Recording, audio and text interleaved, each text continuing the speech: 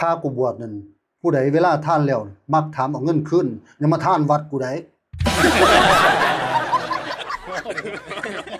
ท่านมาแล้วได้เงินมาแล้วกูก็จะไปสร้างโบสถ์สร้างศาลาบัดที่นี่ฮอดยามน่ะมากูขึ้นเทศน์บ่ถืออกถือใจผิดตับมาถามเอาเงินคืนมีแต่ควันแล้วใส่หัวเอา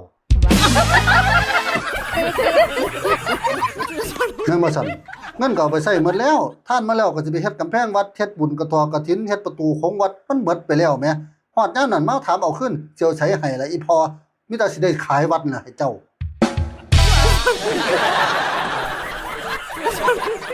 เงินที่มีมารับมาแล้วก็สิท่านออกไปสละออกไปตามเจตนารมณ์ของผู้ให้ผู้ท่านฮอดยามนั้นมาถามเอาคืนก็บ่มีแล้วจักสิเอาหยังให้แล้วมีแต่โฉนดวัดแล้วสิเอาไปขายให้หมู่เจ้าเอาอยู่เตะ เงินไหลอย่าพากันหาเฮ็ดหาทำเด้อพี่น้องท่านไปแล้วฮอดยามขิวฮอดยามผิดกันมาถามเอาเงินคืนวันนี้แม่เกิดมาจนเฒ่าปานนี้ข้อยหัวก็สิเคยเห็นนี่ล่ะ